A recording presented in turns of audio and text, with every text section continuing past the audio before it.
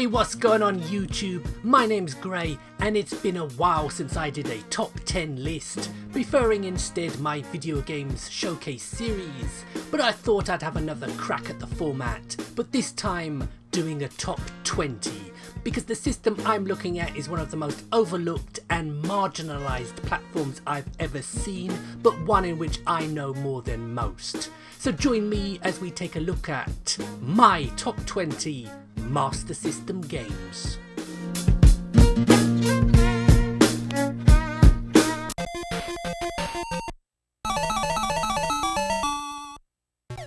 Some of you who've played this game may be wondering how it managed to make this list at all. Well, with a little practice you get used to the finicky controls and wayward enemy patterns, and before you know it, you're in that gaming sweet spot where it doesn't matter where the enemies come from or what they throw at you. A fantastic little game, if given a chance.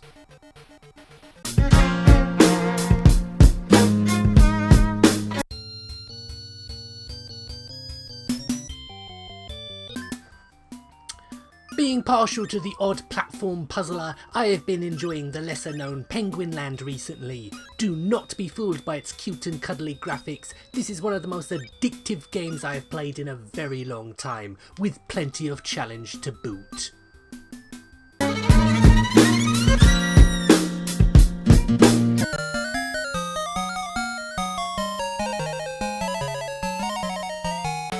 One of my favourite 8-bit Disney games, so the fact that it's charted so lowly should give you an idea of the level of competition it faced. The Lucky Dime Caper is easily on par with any of the better known NES Disney titles, where you control Donald and have to rescue your annoying nephews, Huey, Dewey and Louie. Great game.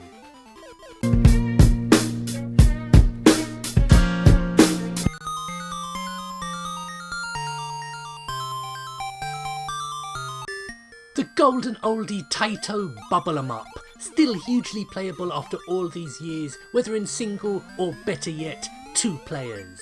A must-have game for your Master System collection.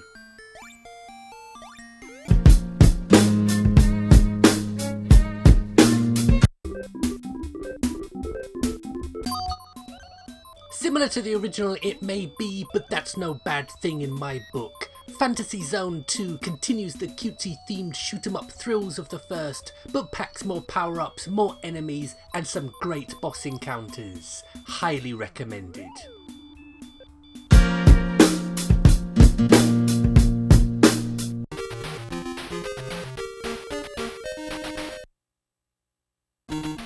Once the face of Sega, Alex Kidd's maiden game is also his best outing. He may be one of the most underused of all of Sega's back catalogue of forgotten franchises.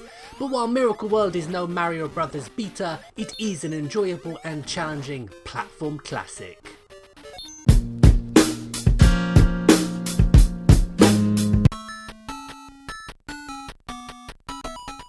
One of the most joypad flinging, frustrating games on the list, but one you'll come back to again and again.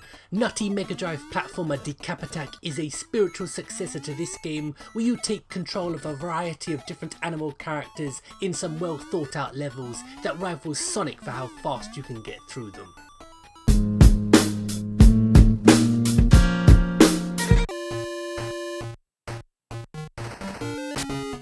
A game that should need no introduction, Golden Axe. Of the many ports of the 1989 arcade original, from Commodore 64 to Amiga to the god-awful PC Engine version, the Master System port is easily one of the best, second only to its Mega Drive cousin. The lack of a 2-player option is the only downside to this hack and slash masterpiece.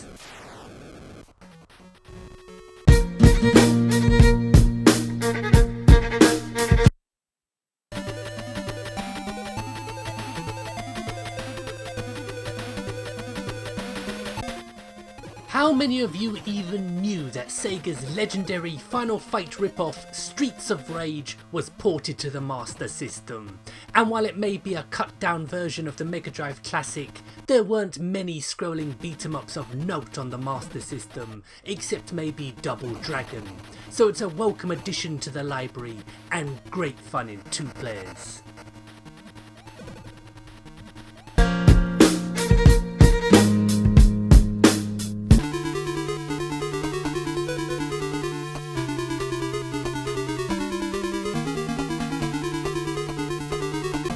The closest thing us Master System owners ever got to Castlevania, and while it may not be on the same level as the Konami franchise, it's still a rock solid, eerie platform adventure that's well worth a bash. It's customary in my top 10 lists to have a look at some of the honourable mentions that just failed to make the cut, and considering there were hundreds of Master System games in total, here's a few that may not be the best, but are certainly worth checking out. In some remote enclaves of Sega fandom, my not including this game in the main list would be seen as a hanging offence. Now, I'm not the biggest driving game fan, but that said, over the years I've made an exception for this port of the arcade classic.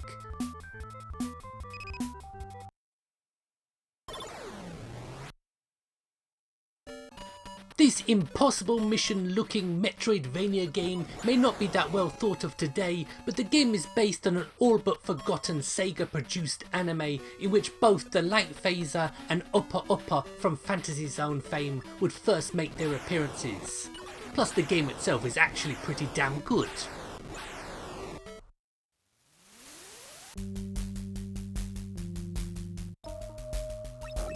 One of the better shoot 'em ups available for the Sega 8-bit. Only available through mail order in the US for some strange reason, this is actually part of Compile's fantastic Aleste series. I've never been a fan of games that are hard just for the sake of being hard, so it took me some time to warm to the Ghouls and Ghosts series. That being said, the Master System port is easily one of the best 8-bit versions you can get. Check out them graphics, man. This is easily one of the best looking games on the humble Master System, and while the game itself is excellent, the main character controls like Robocop wearing shoes 2 sizes too small, but your perseverance will be rewarded in a fantastic oriental hack and slash title.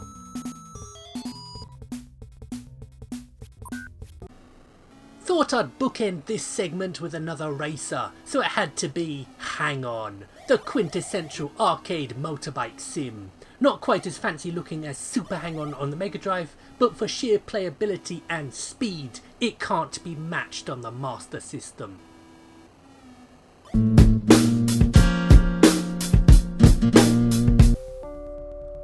The seminal sci-fi shooter comes to the Master System in flickery triumph.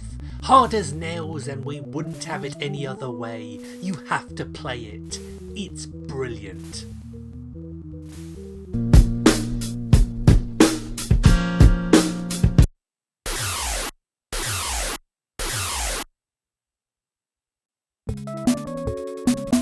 No, I'm not scraping the bottom of the barrel. Spellcaster is in fact one of the strongest titles available on the system, an action role-playing platform extravaganza that's long been overdue the respect it deserves.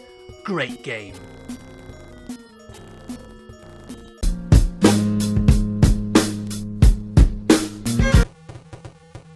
British developers Codemasters were best known for the enjoyable Dizzy the Egg series before striking gold with Micro Machines, a top-down fast and fluid racer that's outlasted the toys it was based on.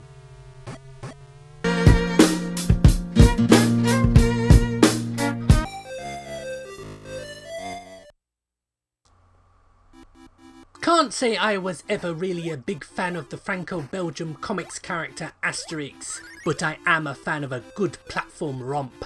The first of a trilogy of Gallica adventures on the Master System, and one of the best 8-bit platformers of all time. High praise? Maybe, but deserved.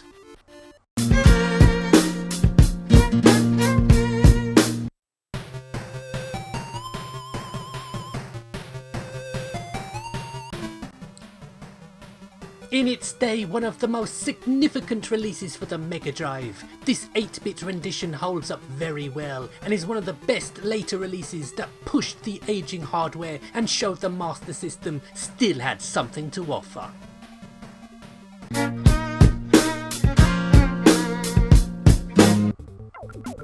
Quite simply, the best version of Shinobi, bar none. I'd argue that it plays better than the arcade original. Guide Joe Musashi through ninja-infested levels as you look to take down the Zed organization. A must-play title.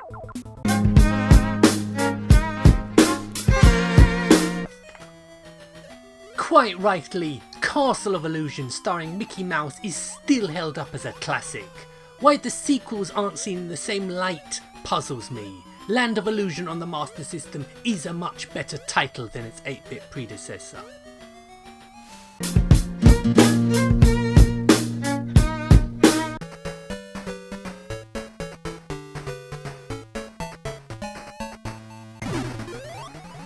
In many ways, the 8-bit Sonic games are better than their 16-bit siblings, as they are more of a challenge. But the fact that Sega didn't try to squeeze the Mega Drive version onto the Master System, but designed an all-new adventure for the spiky blue wonder, means that you could justify owning both versions. If you've yet to play it, put that right. You won't be disappointed.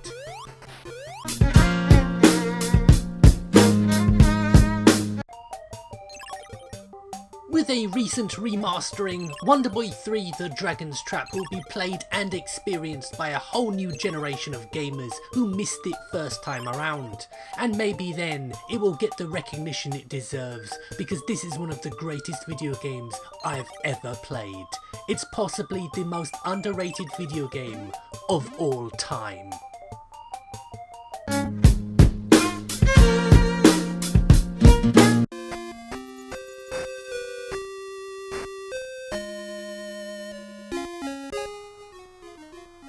It had to be, didn't it?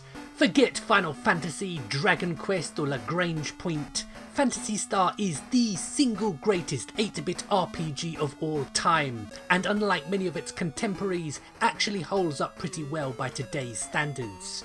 Truly a game that was ahead of its time, that like a fine wine has simply gotten better with age. A monumental game, and my pick as being the best title on the Master System. So there we have it, folks. This has been my top 20 Master System games. Did you agree with my compilation, or were there other titles you think I should have included? I look forward to reading all your comments. So my name's Gray, this is Consoletronics. Please like, share, and if you haven't already, subscribe. More videos up soon. So thank you for watching, and goodbye.